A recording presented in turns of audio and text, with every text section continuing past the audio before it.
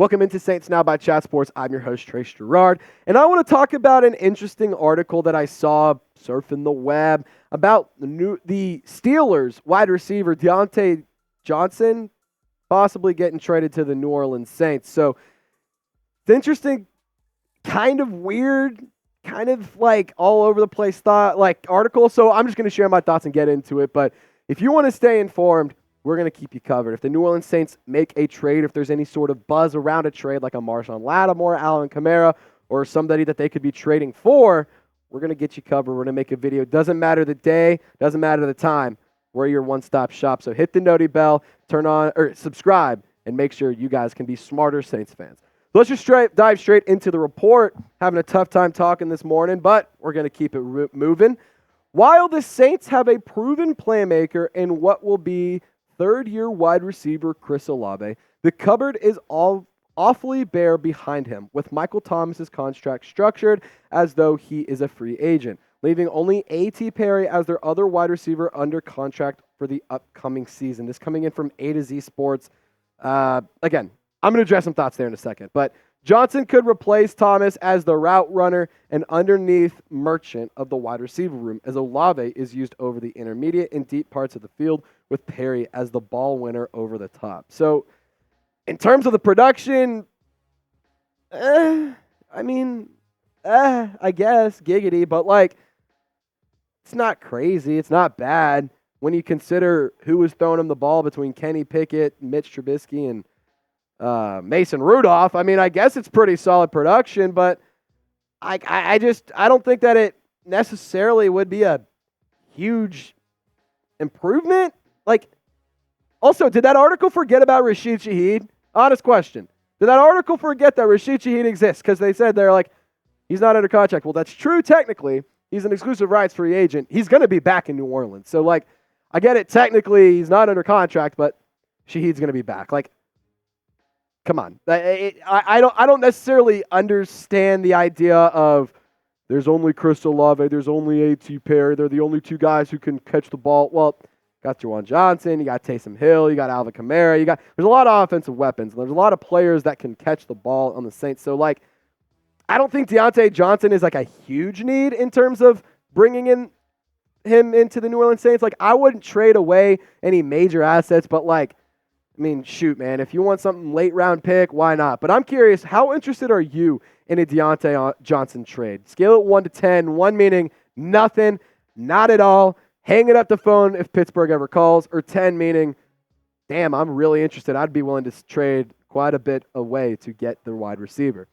So I talked to our Steelers host here at Chat Sports, Jack Sperry. Go give his channel a look if you guys are interested in learning more about the NFL.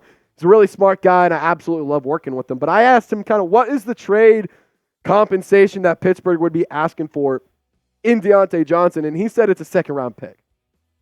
I'm going to give some thoughts there.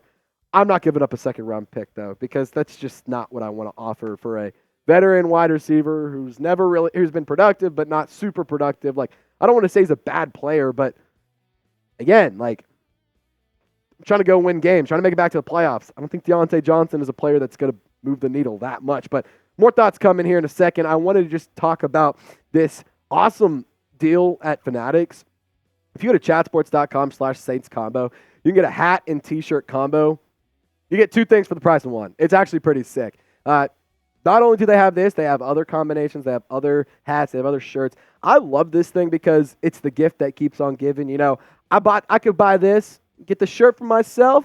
My dad may not like gold shirts, but I can tell you my dad loves black Saints hats. So maybe I'm like, hey, I'll take the shirt. He gets the hat. I get myself something. I get my pop something. It's a win-win, and I'm winner. And I'm the better son out of me and my younger brother. So if you want to do the same thing, chatsports.com/Saints combo. Link is in the comment section and description of this video. All right, so would I make this trade? I kind of talked about it a minute ago. No. I'm going to be honest. I wouldn't want to do that because at most, at absolute most, it would be a third or fourth round pick, and I'm kind of leaning closer to the fourth round pick thing. But the Saints don't have one to offer in 2024. That's the reality of this thing. They have a first round pick, second round pick, a few fifth round picks, and sixth and seventh. There's just not a lot of draft capital for New Orleans this year. And if you want to try and make a trade now, it's not really the route that I think makes sense. And Jack Sperry even saying that he thinks that the trade would happen before the draft. So even more so reason I wouldn't make it. I wouldn't even offer it because, like I said, if New Orleans trades their second rounder, you have 2 picks in the top 150. You get 2 selections in the top 150. And it's at number 14 and at 149. So you're going the entire second round, third round, not picking. Like, that's not good. That's not okay. I'm not going to do that. I'm not willing to make that move. And at the end of the day, I don't think a lot of Saints fans should be too jazzed about the idea. So have fun with it. Like, it's the offseason, man. Like, I think in life, people take things too seriously. So name a player you want to trade for. You may name a player. You want any player. Doesn't matter. Patrick Mahomes, Joe Burrow, Jamar Chase. I don't care. It can be literally any player that's in the league right now. Name a player that you want the Saints to trade for. Again, it's the offseason. Have some fun. It's okay to let loose a little bit. So I would rather go and draft or sign a wide receiver, or I would rather draft over signing a wide receiver, Brian Thomas Jr., he's a player that I really like. 68 receptions, over 1,100, or over 1,100 set. Dude, I can't talk today, man. 1,177 yards. Goodness gracious. 17 touchdowns. Brian Thomas Jr., he's so good, he makes me fumble over my words because of how much I love the player. I think he'd be a good fit in New Orleans, but I could see them, maybe wanting to go with Rome Oduzne. I think that could be a more legitimate Michael Thomas replacement. He's a big-bodied dude, 13 touchdowns, 1,600 yards, 92 catches for the Huskies. He was a major part in their national championship run. Rome Oduzne, I would love to see him end up in New Orleans. I think he could be very, very effective, and I think he could round out a really strong wide receiver unit that's young and cheap. Joshua Cephus, this is a really intriguing player. Now, he does have some off-field things that have happened in the past that, I don't want to say are massively major. I don't want to say that they're not major, but it's off-field issues nonetheless. You can do your own research if you're interested to find out what it is.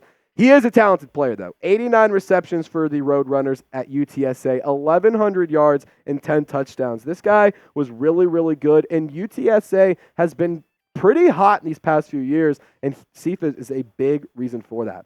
Ja'Tavion Sanders, he did interview with the New Orleans Saints at the Scouting Combine. I think that he would be awesome in New Orleans.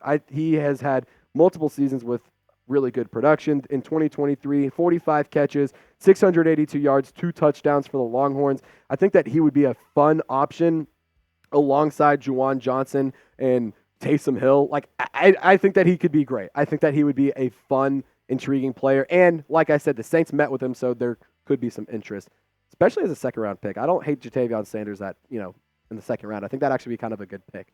Brock Bowers, this is a talented player. The production this past season, not as good as it was 2 years ago, but 56 catches, 714 yards, 6 touchdowns. The Georgia Bulldog is great. He's talented. He can do it all. He's a dynamic pass catcher, and I do believe he can develop into a really good run blocker as well. But if you don't want to go the draft route, here's some free agents that you could explore as well.